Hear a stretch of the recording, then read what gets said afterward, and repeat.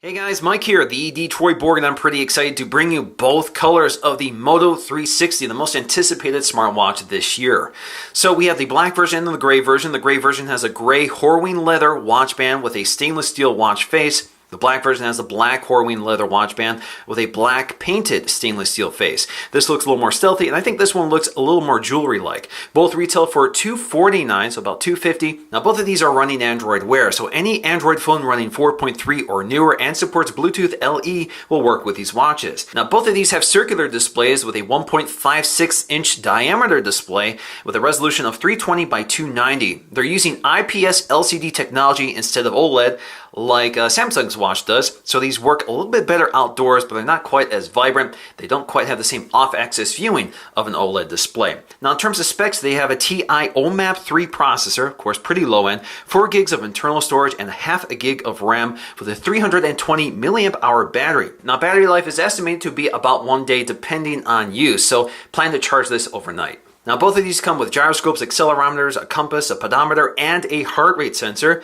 We also have dual microphones which are waterproof because this is IP67 certified, so it can be submerged in water for a limited period of time. So of course with this circular watch we have to have circular packaging, which is quite nice here. So I'm just going to cut the plastic along the side. So we just have these 3 tabs to cut along the side.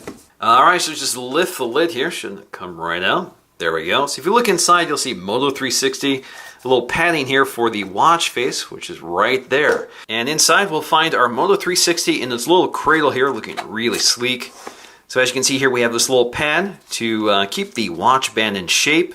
Just push that out, it's a little foam pad. And there is the watch band. You can really smell the fresh leather in here. So this is Horween leather by an American manufacturer. It looks really sharp. You can see that the inside is more of a velvet sort of texture. The outside is a shinier leather texture.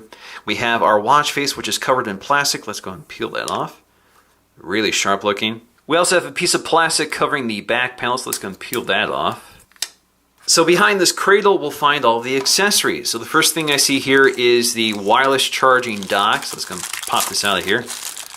Still toward the back, you'll find your micro USB charging port. At the bottom, you'll find this rubber foot with the Motorola branding. This grips onto a table, prevents it from sliding off. It's also pretty nicely weighted here, so it shouldn't come off too easily. And then we have the charging surface, as you can see here, which is where the watch rests in. Now, the entire device or the entire dock is actually covered in sort of a matte textured material, which actually feels quite nice and should do a nice job protecting the watch from scratching. We also have the micro USB charging cable for the charging dock, and this also is Motorola branding, complete with the Motorola dimple, familiar from the Motorola phones. And we have some light paperwork here, so we have a quick start guide just telling us to charge it first and how to turn it on, and then some regulatory information. Alright, so let's go ahead and open up the gray version. So as you can see here, again, much more jewelry-like with that raw stainless steel finish. Again, very attractive, along with that gray watch band, which I think a lot of people don't prefer. I think a lot of people prefer the black watch band. Let's go ahead and push that through. So there we go, we just have our little screen protector here to protect that Corning Gorilla Glass 3 front glass. Then we have the same protector on the back protecting the heart rate monitor. Now inside we'll find the exact same accessories, including the charging dock and the power adapter, all the same color. Of course, we also have our paperwork. So taking a look at the watch faces, again, you have the stainless steel version with that milled metal finish, which I think looks pretty nice. The black version, again, a little more stealthy here. Can't quite see as much of that metal finish because it is painted black, but again, it is stainless steel, and you can kind of see the finish or the grain of the milled metal there. I think a lot of people will actually prefer the leather watch band on the black version versus this more velvet-like watch band on the gray version. It's actually similar to the texture behind the black watch band.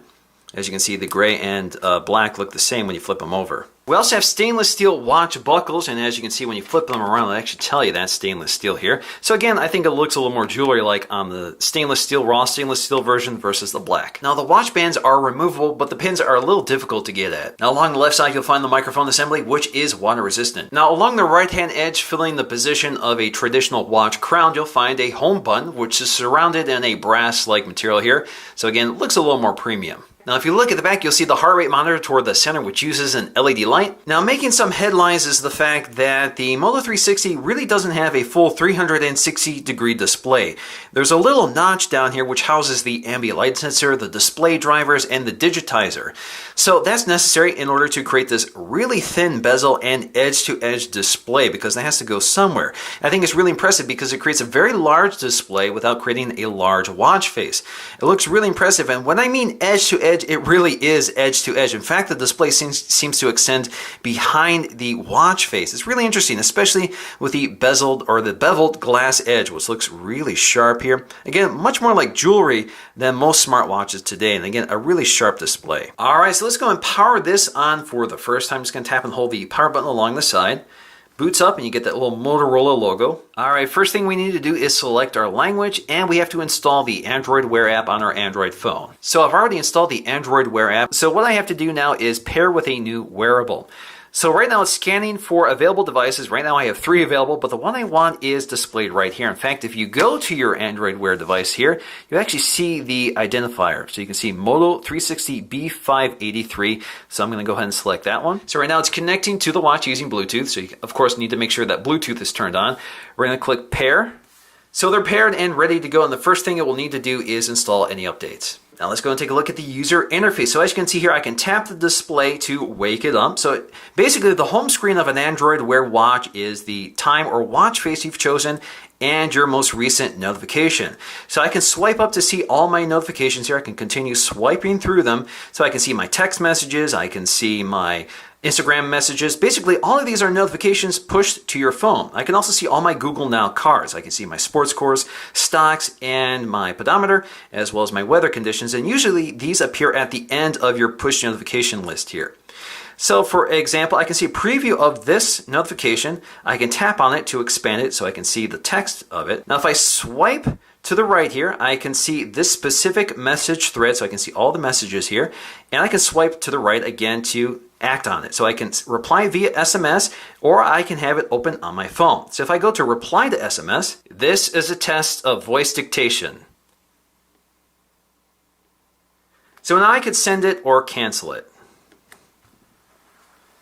Now I can also just dismiss this by swiping to the right. I can also just wake up the watch by twisting my wrist, or I can hit the power button along the side to either wake it up or put it to sleep. Now you can also mute the display of the watch just by putting your hand over the watch face. Now you can also swipe down to see your battery status as well as your date, and you can mute your notifications. So as you can see here, you get a little mute icon here. If you want to unmute it, just swipe down again. And again, this also has a vibration motor in here, so you receive notifications through the vibration motor, not a speaker. But of course your phone will also sound if you have that turned on, so you can hear both your phone and feel the vibration on your smartwatch. Now when you're on the home screen, you can also say, "Okay Google, what's the weather like today?"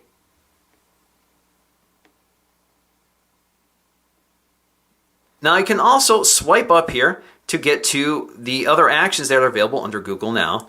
And if you swipe all the way down here, you'll see you have your settings panel and you have your app launcher. So if I tap on settings here, you can see what's available. I can adjust my brightness. Now by default, it's set to auto right here, which is smart because it uses the ambient light sensor to automatically dim or brighten the display depending on conditions. But personally, I prefer a little more control here, so I've been running this on 4. You also have ambient screen. So basically, ambient screen on allows you to see the device's watch face and most recent notification in a dimmed state. So if you have that on, that will drain the battery more quickly. But if you have it off, the watch face completely goes dark and goes into standby mode until you twist your wrist to wake it up. Personally, I prefer to have a watch face on at all times so I can quickly turn my wrist to see the time. Now we also have airplane mode, which you can toggle on and off. You can power it off, restart it, reset the device. You can also change the watch face or go to about this device. Now the watch face is also pretty easy to change here. So all you have to do, wake up the device, tap and hold on the watch face, and you can cycle through all the available watch faces here. So you can see there are a lot of watch faces. Some of them are preloaded using apps on Android, but you can see the ones that Motorola have included are circular in design, and they have a nice design here. Now personally, I prefer the rotate watch face here just because it keeps the time toward the top and allows room for the notifications here. Now if I tap and hold the power button along the side, this will take me to my settings panel here. So that's one way of quickly accessing your settings for controlling your screen brightness. Now what Android Wear doesn't yet feature natively is an app launcher. So in order to access an app launcher, just get to the Google Now screen and swipe up, and we can go to Start. So if we go to the Start panel, these are apps. Some of them come preloaded with the watch, including the heart monitor, as well as apps I've downloaded from the Android Google Play stores. Now this app is designed specifically for the Android Wear watch. All I have to do is download Android apps that support Android Wear. So you can see here I have my light controls for controlling my hue lights. I can turn them off or turn them on. I can also, if I continue swiping to the right, you can see I can change my color, I can change the brightness, I can see the saturation, that sort of thing. So I have lots of controls here just by swiping left and right. Now when somebody is calling you on your connected Android phone, you'll receive a notification on your watch which allows you to either dismiss it or answer the call, but of course you'll have to pick up your phone to actually talk to the person. Now the Wear app allows you to control things such as the ambient screen, so you can toggle that on and off if you prefer. You can also select whether you want to see cards on a dim screen or not, and I say always show because it allows me to see my most recent notification. You can also silence the connected phone if you prefer, so only the watch pushes the notifications. You can also show calendar events, and you can resync all the apps from your phone to your watch if somehow they fall out of sync. You can also prevent some apps from pushing notifications to your watch. So for example, if you don't want Instagram to push notifications, you can select that, or of course you can remove it. Now Motorola also offers a free app for controlling your Moto 360. So for example, you can see your watch faces, you can see your wellness profile, as well as your geolocation for the watch. So you can see the ones that are available, and you can select the one you want directly from this app instead of selecting it on the watch itself. Now I also have some customization options here. So for example, my preferred watch face can be either white or black, or I can select some of the color choices here. So you can see blue is by default, but I can also select red, click update, click OK, and it will push the update to my watch. So although some text tends to be cut off at the edges, especially when you're scrolling up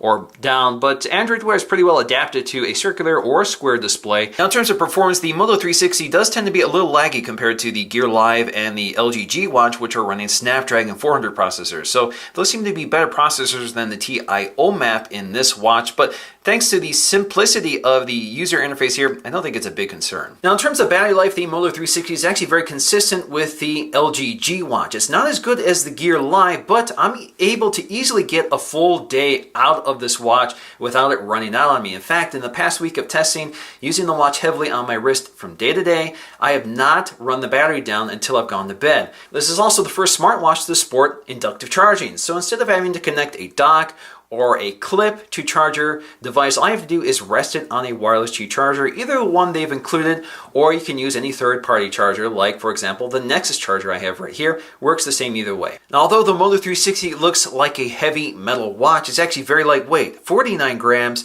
versus 59 grams for the Gear Live and 63 grams for the LG G Watch. So it's one of the lightest smartwatches out there right now. Now, I've run into a few occasions where the Moto 360 has been powered down accidentally, and I think that's partly due to the fact that the power button sticks out along the side, and with a circular watch face, it's pretty easy to accidentally press and hold that button in a number of situations. So for example, if you're bending your hand or if you're leaning on your hand, the watch can dig into your hand and press that button to power it off. Or if you stick your hand in your pocket and the edge of your pocket kind of connects with that, and pressing and holding it powers it. So there have been 3 occasions in the past week where I've gone to my watch and found that it's accidentally powered down. So the Moto 360 at $250 gives you a standout design, excellent materials, and a great user interface. I'm a big fan of smartwatches because it puts the notifications on your wrist instead of having to constantly take out your smartphone to check what that notification was. So I'm a huge fan of smartwatches, and without a doubt this is the best one right now, so it comes highly recommended. So that's going to do for me in this video. Thanks for watching, and I'll see you again in the next one.